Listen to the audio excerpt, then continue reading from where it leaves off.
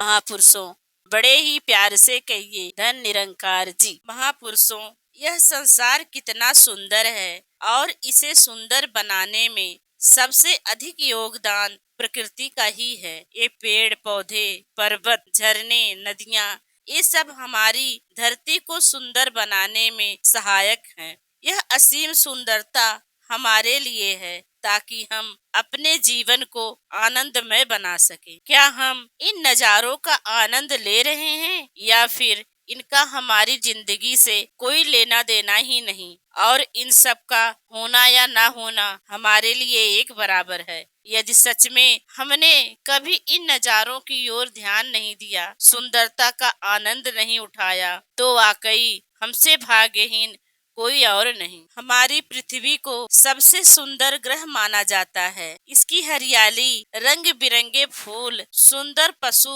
और कोयल जैसी मीठी बोली वाले पक्षी जो मन को मंत्रमुग्ध कर देते हैं, इसे सुंदर बनाते हैं। रात को कभी छत पर जाकर चांद तारों की ओर देखें। खुले आकाश में चांद तारों का यह दृश्य इतना सुंदर लगता है कि पल भर में आपकी सभी परेशानियां भुला दें। चांद को ध्यान से देखें तो उसकी धीमी धीमी चांदनी बिखेरती रोशनी बहुत प्यारी लगती है, परंतु हम सब इनमें रहते हुए भी इनसे दूर हैं। जो हमारे पास है उसे अनदेखा ना करें। यह सब हमें खुशी देने के लिए कम नहीं। हमारे चारों ओर खुशियां बिखरी पड़ी हैं, परंतु हम उन्हें अनदेखा कर उनके बीच में से मुंह बनाकर निकल जाते हैं। यह हमारा दुर्भाग्य नहीं तो और क्या है। प्रकृति ने हमें क्या क्या नहीं दिया, परंतु हमारी सोच ही ऐसी हो गई है कि जो गलत लगा उसे कोसना नहीं भूलते और अच्छे को कभी याद नहीं करते। क्या कभी बरसती हुई वर्षा पर ध्यान दिया है? वर्षा होती तो हम सभी ने देखी है, परंतु ध्यान देना अलग बात है। जैसे खाने को देखने से भूख नहीं मिटती, उसी प्रकार वर्षा को देखने भर से कुछ नहीं होता। वर्षा का आनंद लें, वर्षा में आकर खड़े हो जाएं और अपना मुख ऊपर कर लें, बाजू फैला लें। पहले अपनी आंखें बंद करके भीतर से वर्षा को महसूस करें। अब आंखें खोलकर ऊपर से बरसती हुई वर्षा को देखें। फिर चारों ओर घूमकर उसे महसूस करें। चाहे तो कुछ समय के लिए वर्षा में बैठ भी सकते हैं। फिर देखिए आप कैसे एक अनोखे सुकून से भीग जाएंगे। वर्षा तो बहुत देखी होगी, परंतु जो इस वर्षा का आनंद होगा वह सबसे अलग होगा। चारों ओर सब कुछ धुला धुला और नया नया लगेगा। दुनिया रंगीन लगेगी। आप महसूस करेंगे कि आपने कितनी वर्षा वैसे ही गंवा दी। फिर आप वर्षा का इंतजार करने लगेंगे। यही है हमारी छोटी छोटी खुशियाँ जिन्हें हम प्राप्त कर सकते हैं, परंतु करते नहीं। एक और बात प्रायः हमारे साथ हो ही जाती है कि कहीं जाते हुए भेड़ बकरियों का एक झुंड हमारे रास्ते में आ जाता है तो हमारे माथे पर सिकन की लकीरें दिखाई देने लगती हैं। हम सोचते हैं कि यह क्या हो गया, अब ये बीच में कहां से आ गई। वहां से हम तेजी से निकलने की कोशिश करते हैं, परंतु यदि हम जरा ध्यान से देखें तो झुंड का वह दृश्य आपको मनमोहक लगेगा। हो सकता है कि 1-2 मिनटों का समय लग जाए, परंतु इससे अधिक अंतर तो नहीं पड़ता। फिर क्यों ना इस कुदरती नज़ारे का आनंद लें, ना कि कोई शिकायत करें। यह खुशी अनमोल है। जिस वस्तु के भी बदले में खुशी मिले वह ले लेनी चाहिए। यह सौदा बुरा नहीं। जीवन का मोल भी तभी पड़ता है जब जीवन में खुशियाँ हों। दो जग भरी जिंदगी कोई नहीं जीना चाहता। जीवन चाहे छोटा ही क्यों ना हो, यदि जीने का सलीका है तो व्यक्ति अपने आप में संपन्न हो जाता है। जैसे एक नरगिस का फूल होता है, वह केवल एक दिन के लिए ही खिलता है, परंतु अपनी सुंदरता और सुगंध से वह सबके मन को भाता है। वह एक दिन के जीवन से सभी का दिल जीत कर अपने जीवन को सार्थक कर लेता है। दूसरी ओर बांस है जो 100 वर्षों तक खड़ा रह सकता है, परंतु उसमें कोई खुशबू नहीं, कोमलता नहीं, किसी के मन को नहीं भाता। उसका जीना निरर्थक चला जाता है। इसी प्रकार हमारा जीवन है। जीवन चाहे लंबा हो या छोटा, वह सुंदर होना चाहिए तथा उसमें उमंगों की खुशबू और प्यार की कोमलता होनी चाहिए। बांस जैसा सूखा व नीरस जीवन किस काम का। सुख भरी छोटी जिंदगी जिसमें आनंद, हंसी और प्यार हो, उस लंबी जिंदगी से कहीं बेहतर है जिसमें घुटन, आंसू, तन्हाई और केवल तकरार हो। इसलिए जिंदगी वही है जिसमें जीने की चाह, केवल सांस लेना ही जिंदगी नहीं होती। ध्यान से देखा जाए तो इस धरती पर कितना कुछ है जो हमें खुशी दे सकता है। कुदरत की सुंदर देन ये पेड़ पौधे, चांद सितारे, नदियां, झरने, फूल कलियां, बसंत वर्षा आदि बदलती ऋतुएं, जहाँ तक हम अपनी सोच को दौड़ाएंगे कुदरत की हर एक चीज सुंदर और खुशी देने वाली नजर आएगी। दुख देने वाली चीज तो कुदरत ने कोई बनाई ही नहीं। क्या है कोई ऐसी चीज कुदरत में जो हमें दुख देने के लिए बनाई गई? शायद कोई नहीं। फिर भी इंसान इतना दुखी क्यों है? अब तो कुदरती वस्तुओं के अतिरिक्त इंसान ने और भी ऐसी बहुत सी वस्तुएं बना ली हैं जिनसे उसके सुखों में वृद्धि हो, परंतु क्या उनसे सुखों में वृद्धि हुई या फिर दुखों में ही वृद्धि हुई है? कारण मानव स्वयं दुखों को बुलावा दे रहा है। वह दौलत शोहरत में खुशी तलाश करने लगा है। प्रकृति सौंदर्य को तो वह भूल ही गया है। यही कारण है कि सुंदर दृश्य, सुंदर नजारे उसे खुशी देने के लिए काफी नहीं है और माया की इस अंधी दौड़ में दौड़ते हुए उसे पता ही नहीं चलता कि वह पीछे क्या क्या छोड़ता जा रहा है। उसे रास्ते में आने वाले सुंदर नजारे जो मन को एक सुकून दे सकते हैं दिखाई ही नहीं देते। ये मौसम, ये बहारें कब आते हैं कब चले जाते हैं उसे कुछ पता ही नहीं चलता। पतझड़ और बहार से वह बेखबर है। कब चांद निकला, कब सितारे चमके उसे कुछ पता ही नहीं। प्रायः घास पर ओस की बूंदें जो मोतियों जैसी लगती हैं, उन्हें देखने के लिए समय ही किसके पास है। शायद जीवन की तीव्र गति में वह सब कुछ पीछे छोड़ता जा रहा है। जिस खुशी के लिए वह दौड़ता चला जा रहा है वह खुशी उन्हीं चीजों में है जिन्हें वह अनदेखा कर रहा है। कहने का अर्थ यह नहीं कि हम अपने काम को छोड़ दें और केवल इस प्रकृति की ओर ही लग जाएं। भाव तो यह है कि हम केवल काम में ना लगे रहें, काम के साथ साथ इस काम को करने का आनंद भी लें। काम के बोझ का मारा व्यक्ति मानसिक रोगों का शिकार जल्दी होता है। जैसे कि कई महिलाएं प्रातः से सायंकाल तक घर का काम करती हैं और बच्चों को संभालती हैं। वे सबका ध्यान रखती हैं। यहाँ तक कि यदि पालतू जानवर कोई घर में हो तो उसकी भी पूरी संभाल का कार्य वही करती हैं। परंतु इन सब कार्यों में वे इतनी व्यस्त हो जाती हैं कि अपने आप को भूल जाती हैं। वे अपने लिए समय ही नहीं निकाल पाती, जिससे उनका स्वभाव चिड़चिड़ा हो जाता है। वे अपने चारों ओर एक घुटन भरा वातावरण तैयार कर लेती हैं। यदि वे उस घुटन से बाहर निकलकर इस वातावरण को ही अनुभव करें तो एक अद्भुत आनंद प्राप्त कर सकती हैं। इसी प्रकार से किसी कार्यालय में कार्य करने वाले पुरुष सुबह से शाम तक अपने अपने कार्य में ही खोए रहते हैं। ऐसा नहीं कि उनके पास समय नहीं बाहर घूमने या कुदरत से मिलने का, परंतु सही बात तो यह है कि उन्हें इनकी उपयोगिता का ही पता नहीं होता। थका हुआ व्यक्ति फूलों के बाग में जाने से अधिक प्राथमिकता टीवी को देता है। वह कभी सितारों व आकाश को देखने छत पर नहीं जाएगा और ना ही ठंडी हवा की ठंडक अनुभव करेगा। वह कार्यालय के बंद कमरे से निकलकर अथवा घर के कमरे से निकलकर सिनेमा जाना पसंद करेगा। वैज्ञानिक उन्नति चाहे कितनी भी हो गई हो, परंतु मानसिक सोच संकुचित होकर रह गई है।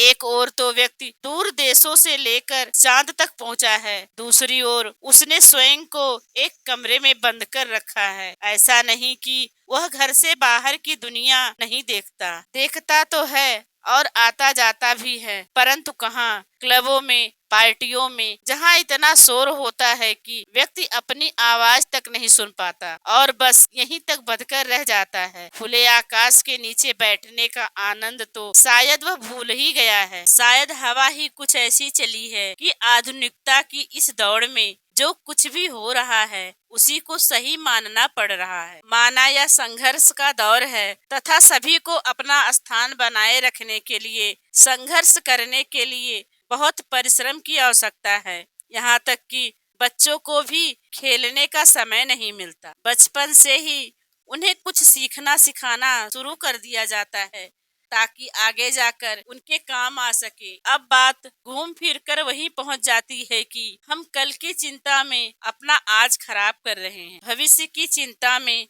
अपना आज खराब करना कहाँ तक उचित है। बचपन ही तो हमारे जीवन का अनमोल समय होता है जिसे याद कर हर कोई सुख का अनुभव करता है। बचपन ही तो होता है जब कोई चिंता नहीं होती है। यदि बच्चों से उनका बचपन ही छिन गया तो शेष क्या रह जाएगा। इसलिए बचपन में उचित शिक्षा दें, परंतु ध्यान रहे बच्चों को खेलने का समय अवश्य मिले ताकि वह पूर्ण रूप से विकसित हो सके। इसी प्रकार हमें भी चाहिए कि हम अपने मनोरंजन के लिए चाहे कहीं भी जाएं, परंतु साथ ही स्वयं को प्रकृति के साथ भी जोड़े रखें। यह हमें खुशियों से जोड़कर रखती है। मन को सुकून देने वाली प्रत्येक बात पर ध्यान दें। जैसे कि यदि हम कोई पुस्तक पढ़ते हैं तो हमारे दिल दिमाग पर उसका प्रभाव जरूर पड़ता है। मान लो आप कोई भावनात्मक लेख अथवा कहानी आज पढ़ते हैं तो कुछ समय के लिए वह आपको भावुक कर देगी। यह भावुकता पढ़ते समय आपके चेहरे पर साफ दिखाई देगी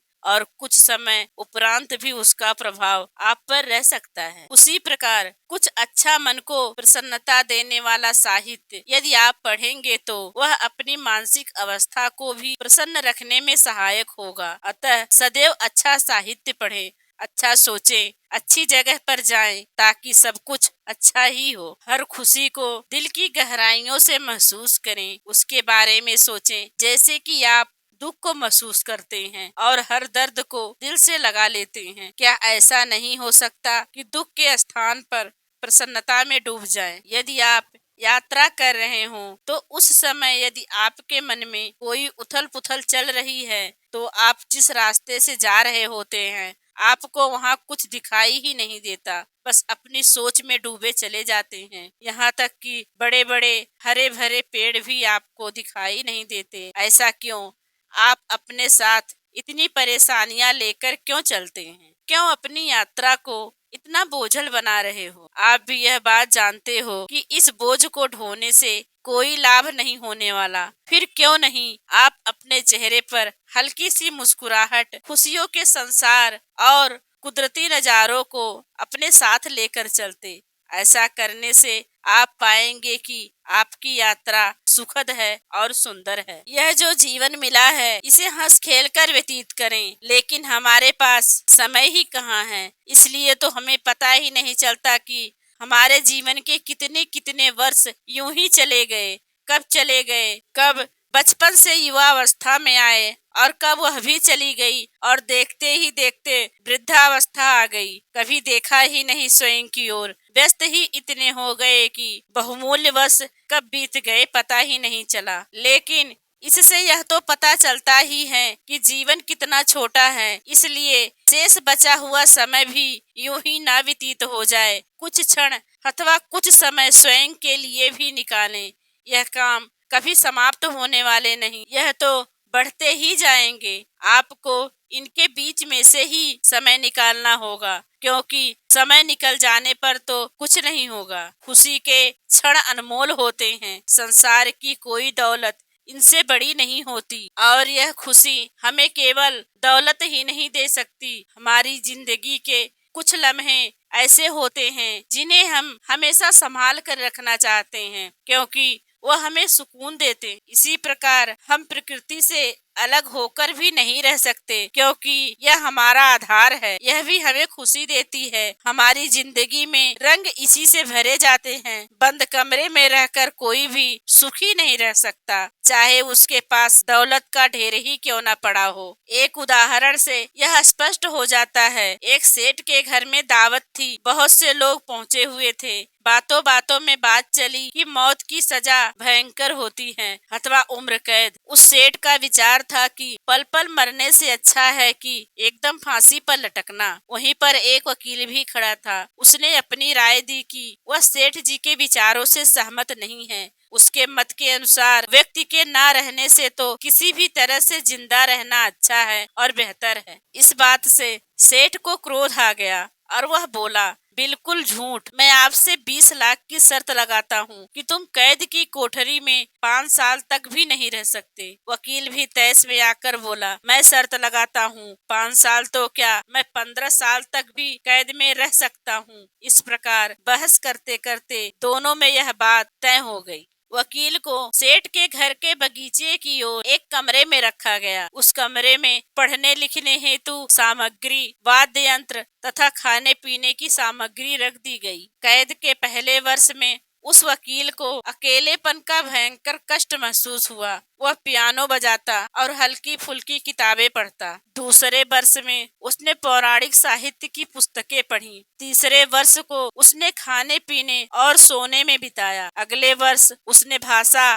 फिलॉसफी और इतिहास के विषय की पुस्तकें पढ़ी। 5वें वर्ष में उसने बाइबल का केवल एक खंड पढ़ा और अंतिम वर्षों में उसने ज्ञान के लगभग हर एक विषय से संबंधित पुस्तकें पढ़ी। इसी प्रकार 15 वर्ष व्यतीत हो गए। अब वकील की कैद का अंतिम दिन आ गया, जब उसने रात के 12 बजे अपनी आजादी प्राप्त कर लेनी थी। उधर लाखों रुपए हार जाने के दुख से सेठ बहुत परेशान था और कामना करने लगा था कि काश वकील की मौत कोठरी में हो गई, जिससे उसके 20 लाख रुपए बच जाएं। रात के समय वह चुपके से वकील की कोठरी में गया। वह वकील को देखकर सहम गया, क्योंकि वकील एकदम कमजोर हो गया था और हड्डियों का एक ढांचा लग रहा था। उसका चेहरा पीला पड़ चुका था। वह मेज के पास बैठा हुआ था और उसने अपना सिर हाथों में झुका रखा था। सेठ ने वकील को गला दबाकर मारने की योजना बनाई, ताकि यह स्वाभाविक मौत लगे।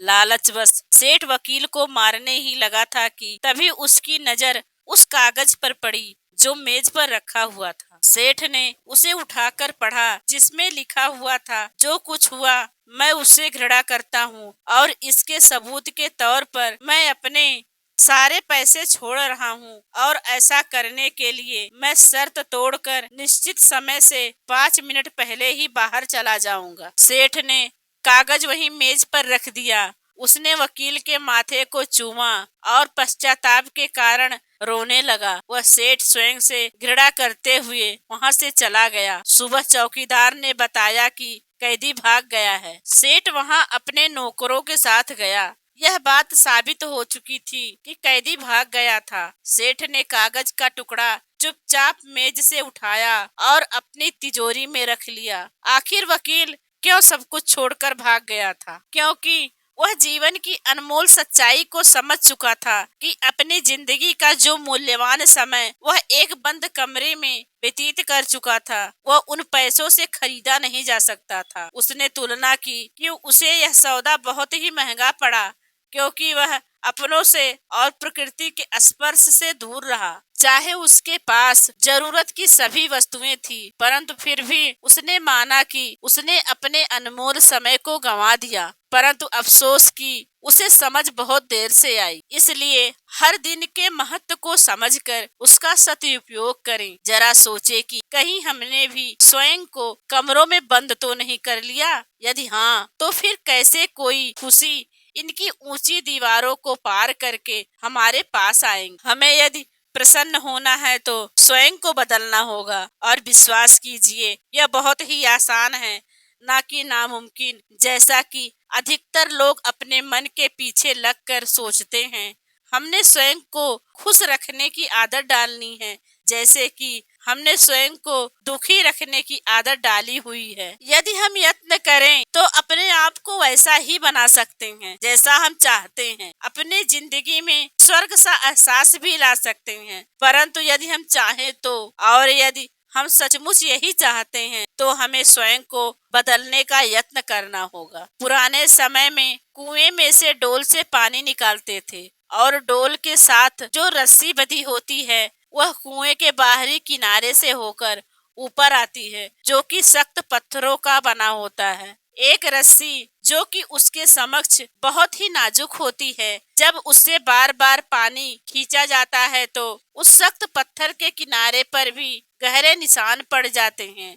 यह परिणाम है अभ्यास का। यदि पत्थर पर निशान पड़ सकता है तो हमारे छोटे से नाजुक दिल पर क्यों नहीं। लेकिन हम एक ही दिन में सब कुछ बदलने की कोशिश करते हैं। यदि नहीं कुछ होता तो कोशिश छोड़ देते हैं, परंतु यदि हम भी हर रोज धीरे धीरे अभ्यास करें तो हमें पता ही नहीं चलेगा कब हम में इतना अंतर आ गया। इसलिए कहते हैं कि कोशिशों के ही नतीजे हुआ करते हैं। यदि हम सफल जीवन जीना चाहते हैं तो सच्चे मन से प्रयास करने होंगे। स्वयं को और दूसरों को खुश रखने का छोटे से छोटा मौका भी नहीं गंवाना होगा। फिर धीरे धीरे हमें खुश रहने की आदत पड़ जाएगी। एक व्यक्ति अपनी परेशानियों से घिरा हुआ एक ज्योतिषी के पास गया। उसके पास अपनी परेशानियों का पिटारा खोल दिया। ज्योतिषी ने कहा कि आप 10 वर्षों तक यह दुख भोगोगे। उस व्यक्ति ने खुश होकर पूछा कि महाराज, इसके बाद क्या होगा?